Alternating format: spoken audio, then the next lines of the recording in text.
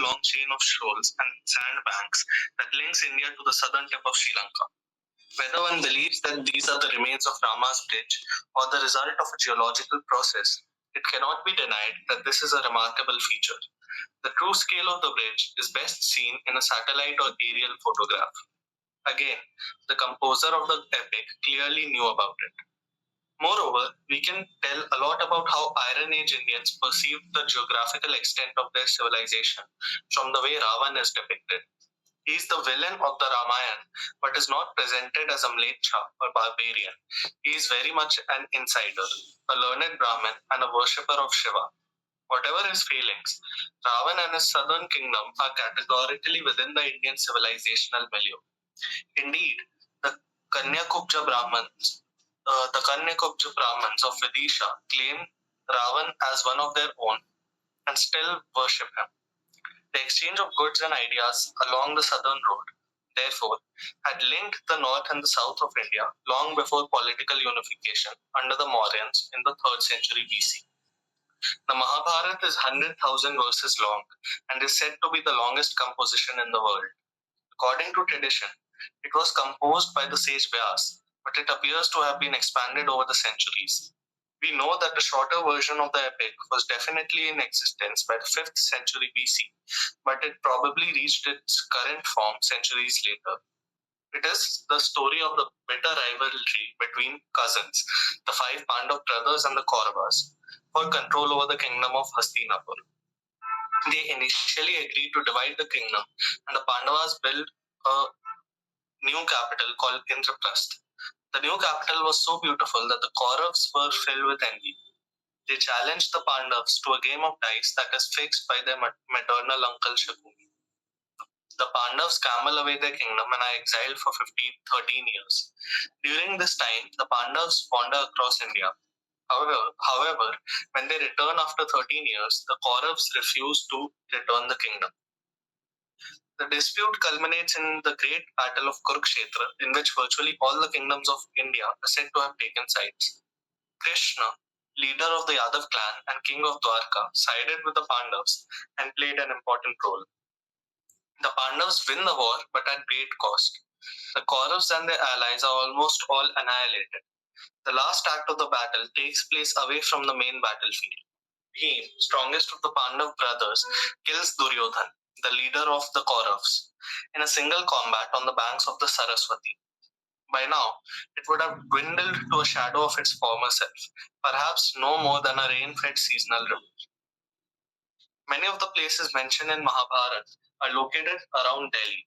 For instance, Gurgaon, now a modern boom town full of gleaming office towers and shopping malls, was a village that belonged to Dronacharya, the teacher who trained the cousins in martial arts. The name Gurgaon literally means village of the teacher, Guru Gaon. The Pandav capital of Indraprasth is said to be located under the Purana Killa in Delhi. Similarly, the site of Hastinapur is identified with the site near modern Meerut. The battlefield of Kurukshetra is nearby in the state of Haryana. Farther afield, we have the cities of Mathura and Kashi, or Varanasi, which remain very sacred cities for Hindus. Some of the Iron Age sites have been excavated, starting in the 1950s, and have thrown up remains of ancient settlements. For instance, there is a strong traditional belief that Indraprasth was located on the same site as the 16th century Purana Killa, or Old Fort, in the middle of the modern Delhi. The site even had a village called Indrapat till the 19th century. Excavation between 1954 and 1971 found that there was indeed a major settlement here that dates at least to the 4th century BC. Pottery shards suggest that there may be an older Iron Age settlement somewhere close by. Sadly, the exploratory excavation of Mahabharat sites of the 50s and 60s was not properly followed up in the later decades. One of the more intriguing Mahabharat-related sites is that of Dwarka in the westernmost tip of Gujarat.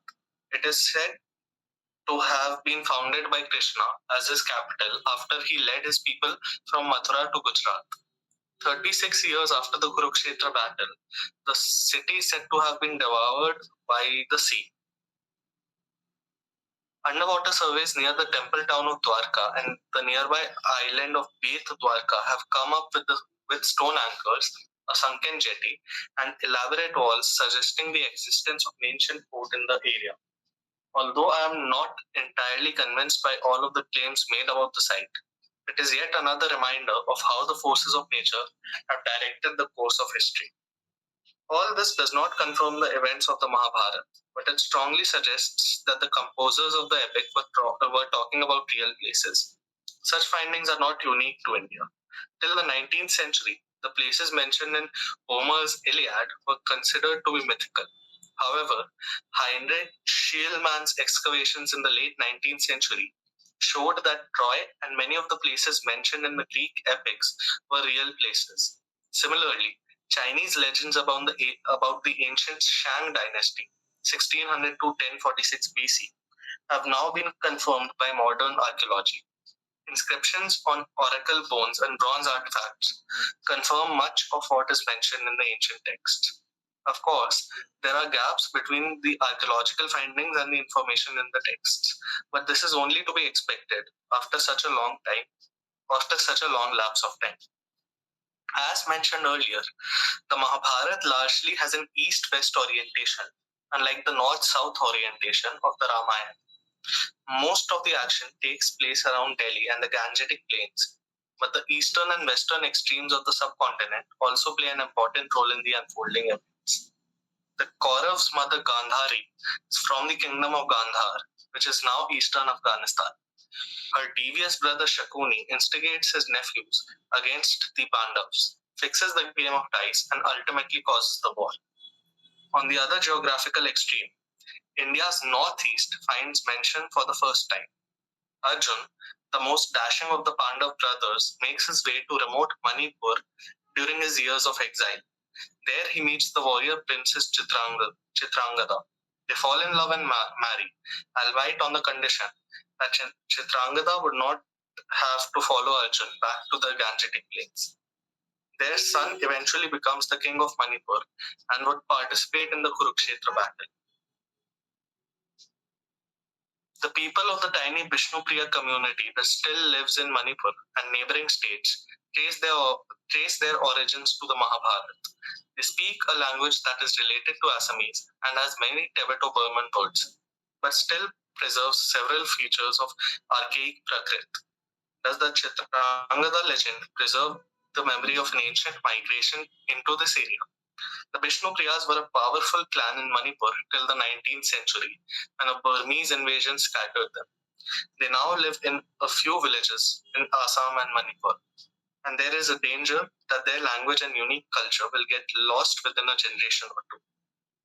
Since the Kurukshetra battle is said to have involved all tribes and kingdoms of India, the Mahabharata gives us a long list of kingdoms, clans, and cities. Many of them were probably added to the text in later times. Nonetheless, it gives an idea of the Indian worldview during the Iron Age. The name Mahabharat is itself interesting as it can be read to mean Greater India.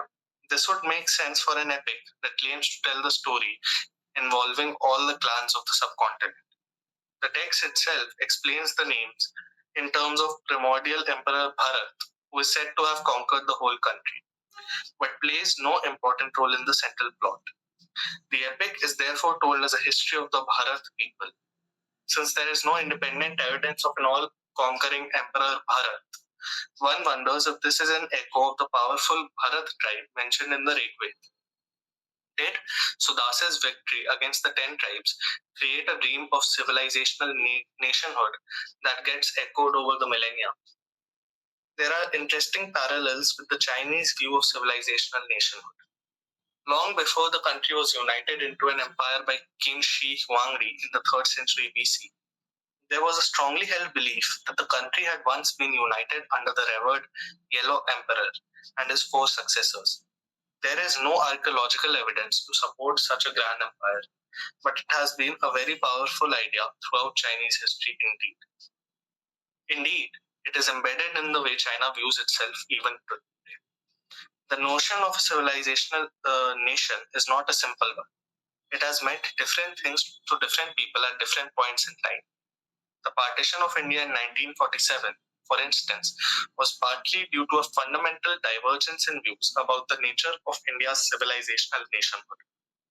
Still, it is important to recognize how Bronze Age ideas, honed in the Iron Age, gave shape to the way people have viewed themselves ever since. The epics, furthermore, suggest a shift of political power to the eastern Gangetic plains during the Iron Age. It is more obvious in the Ramayana, as the kingdom of Ayodhya is itself in the east. In the Mahabharata, most of the action takes place near Delhi, in the northwest, but even here, we are told of a powerful kingdom ruled by Jarasandh in Magad, modern Bihar. Indeed, even Krishna was forced to shift his people from Mathura to Gujarat because of the repeated raids of the Magadhan army. As we shall see, the rise of Magad would have a pivotal role in the later Indian history. So, why was Magad so successful? In my view, it was geographical access to three important resources: rice, trade, and iron. The kingdom not only had control over very fertile lands, but was also served by a number of rivers, including the Ganga itself. Thus, it would have had the agricultural muscle to support a large army. Moreover, the kingdom controlled the trade plying the Uttar Path between the northwest and the emerging seaports of Bengal. Add to this access to iron ore from what is now Jharkhand. In order to appreciate this conjunction of circumstances, consider the location of the kingdom's first capital, Rajgir, also referred to as Rajgriha or King's Home. Defended by hills, it sits strategically between the fertile farmlands to the north and mines of the south. In short, Magad was uniquely able to feed large armies and arm them with iron weapons. This explains why Magad would be at the heart of the next stage in Indian history. Okay तो इस section में mostly Mahabharat के काफी सारे sites का mention हुआ, जैसे कि जो इंद्रप्रस्थ है उसका जो मायापुरी था वो पुराना किला जो है उसके नीचे एग्जिस्ट करता है ऐसा माना जाता है, एंड कुरुक्षेत्र हरियाणा रीजन में एग्जिस्ट करता है, एंड द्वारका का कुछ साइट्स पाए गए हैं कुछ गुजरात के कोस्ट थोड़े और वेस्ट में। एंड इसको ग्रीक माइथोलॉजी से भी लिंक किया जाता है कि पहले लोग मानते थे कि सारे प्लेसेस जो ग्रीक माइथोलॉजी में वो फिक्शनल प्लेसेस हैं, बट इलियाड में जो ट्रॉय कैरेक्टर किसी तो एक जगह का ढूंढता है या फिर कुछ तो करता है। हाँ, places in होमर्स Iliad were considered mythical, लेकिन फिर हाइंड्रिक शेलमैन के एक्सकवेशंस में शो किया कि ट्रॉय एंड ऐसी और जगह है जो एक्चुअली में एग्जिस्ट करती है। इसके बाद भरत जो नेम है, महाभारत जो एक महाभारत का नाम एंड भारत ट्राइब का नाम, एंड जो भारत किंग मेंशन है महाभारत में, तीनों को लिंक करने की कोशिश की है एंड ये स्पेकुलेट किया है कि बेसिकली भारत किंग का महाभारत के अलावा कहीं मेंशन नहीं है, एंड ऋग्वेद में भारत ट्राइब की बात हो रही है, तो इट्स पॉसिबल कि भारत किंग जो महाभारत में डाले गए हैं he exists because Bharat tribe की जो सिविलाइजेशनल एस्पिरेशंस थी ऋग्वेद बनाते वक्त उन्होंने डिफीटर्स को भी अपने ही कल्चर में एसिमिलेट कर लिया था, तो से इस पूरे लैंड को एक सिविलाइजेशन मानने की जो मानने का जो आइडिया था उसी को कैरी फॉरवर्ड करते हुए महाभारत ने एक जो मेन किंग है जिनके नाम पे पूरे रीजन को डिफाइन कर दिया है उनका नाम भारत रखा है। एंड इस चीज को चाइनीज सिविलाइजेशन से कंपेयर किया गया, जो पहले इंसान थे किनशी था शायद उनका नाम, उन्होंने जब यूनिफाई किया, हाँ किनशी, उन्होंने जब यूनिफाई किया था चाइना को, तब पता चला था कि वहां पे भी लेजेंड्स हैं पहले टाइम से कि पहले भी चाइनीज सिविलाइजेशन यूनिफाइड हुआ करती थी अंडर द येलो एम्परर। तो वैसे ही महाभारत का जो आर्यवर्त है या भारतवर्ष है वो भारत नाम के राजा के अंडर यूनाइटेड हुआ करता है, ऐसी मान्यता आ रही है आयरन एज तक। एंड एंड में ये बताया कि जो पोजीशन ऑफ पावर थी ज्योग्राफी में वो वेस्ट की तरफ हुआ करती थी, बट सरस्वती रिवर अब ड्राई अप हो चुकी है, इसके बाद ईस्टवर्ड एक शिफ्ट हुआ था।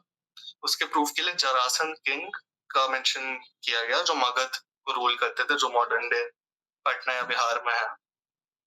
एंड 3 रीजन दिए कि उन लोगों के पास फर्टाइल लैंड्स थे, तो फूड का एक्सेस था जिससे वो आर्मी को सपोर्ट कर सकते थे बहुत लार्ज. एंड दूसरा था कि वो ट्रेड राउट के एकदम बीच में है, जो उत्तर पथ है, जो नॉर्थ रूट है, उसमें बंगाल के पोर्ट्स और वेस्ट की बाकी सारी जगहों के बीच में है, तो ट्रेड रूट का एक्सेस है उनके पास, तो दैट ऑल्सो मेक्स दम बहुत स्ट्रॉन्ग. एंड तीसरा था आयरन. हाँ, सो आयरन एज है, अभी iron is just introduced. Rigveda was bronze age में, झारखंड में आयरन ओर्स बहुत पाए जाते हैं, so that also made them gave them access to better iron, जिससे वो better weapons बना सकते थे. Next I think Mauryan empire के बारे में बात होगी with enter the lion. So India is the only country in the world where both lions and tigers coexist. As discussed in chapter 1, tigers evolved in East Asia and probably entered the subcontinent around 12,000 years ago. Soon, they had spread across the subcontinent. They are commonly represented in Harappan art and seals. In sharp contrast, the Harappans appear to be ignorant of the lion. None of the main Harappan sites have thrown up any representation of the lion. This is very odd given the obvious appeal of the animal and its importance in later Indian culture. The tiger hunts by stealth in dense jungle and therefore is more of an object of fear. In contrast, the lion, with its shaggy mane, its harem of lionesses, and its confident visibility, is easily converted into a symbol of power.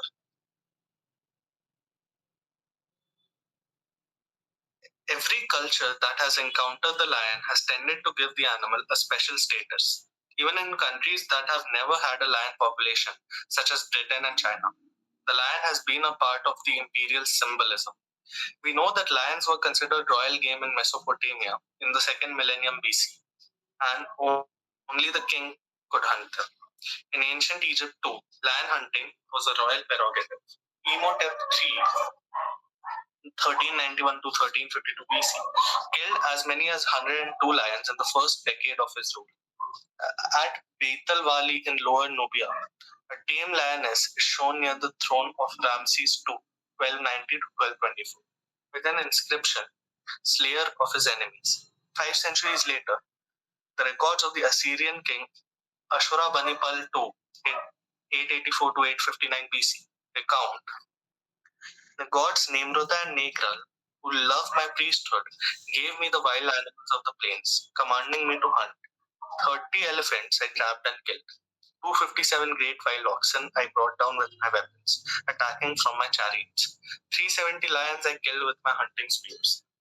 The lion is also represented in a multitude of sculptures, friezes, and paintings in ancient Egypt and Mesopotamia. The Sumerian goddess Nana, the Assyrian goddess Ishtar, and the Persian goddess Anahita are all associated with the lion and sometimes depicted riding the lion, rather like the Hindu goddess Durga.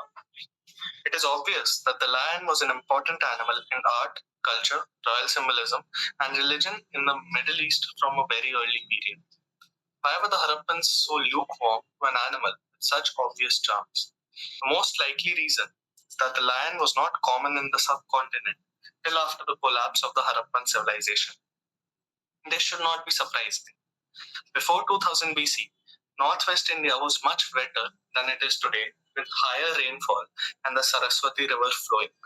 The lion is an animal that hunts in open grasslands and could not penetrate the tiger infested jungles that existed in the region.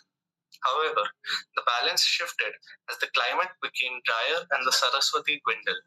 There would have been a savanna phase where lions from Iran could have made their way through Baluchistan and then into tiger territory, which would explain why the earliest artifact depicting a lion in the subcontinent, a golden goblet, was found in Baluchistan.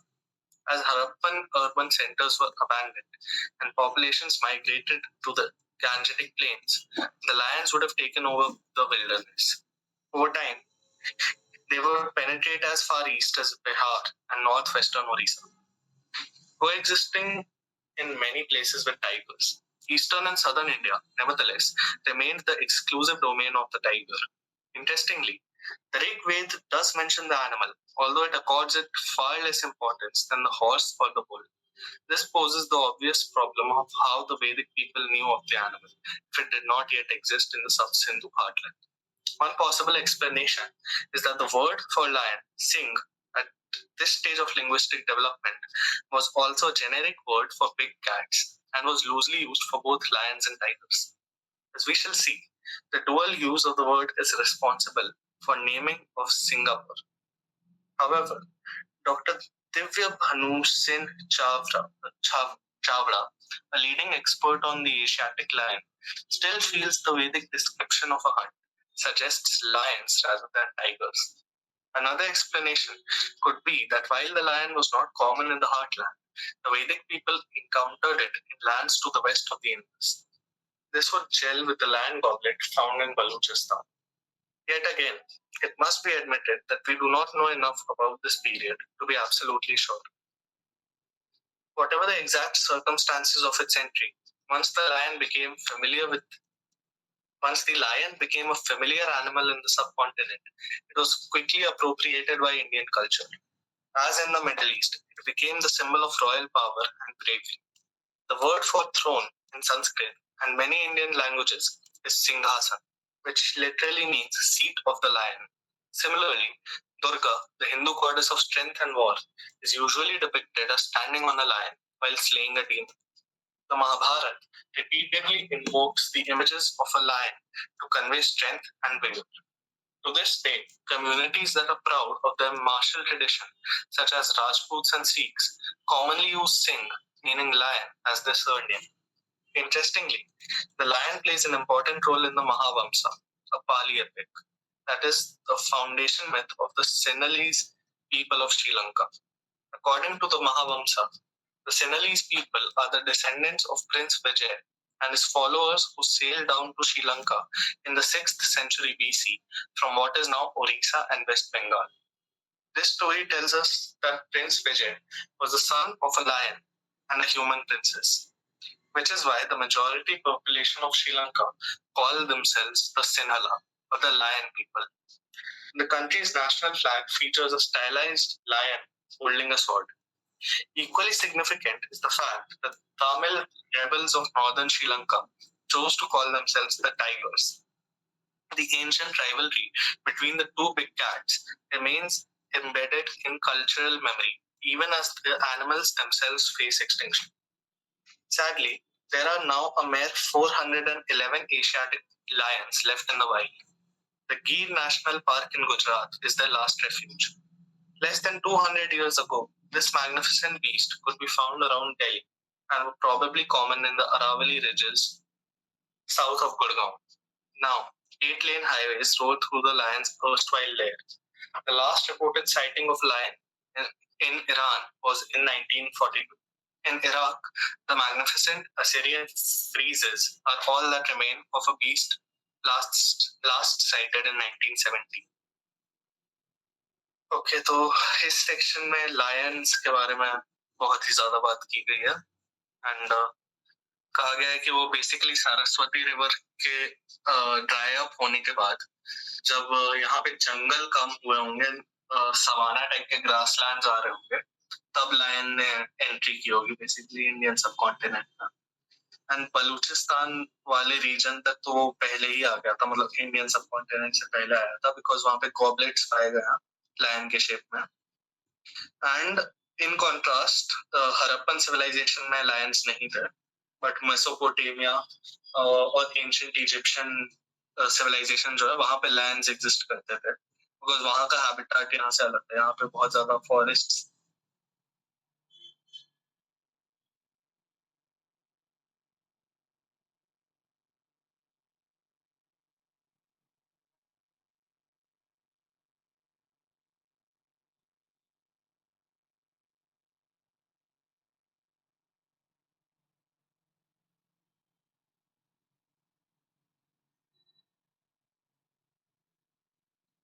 कोई कुछ भूल रहा है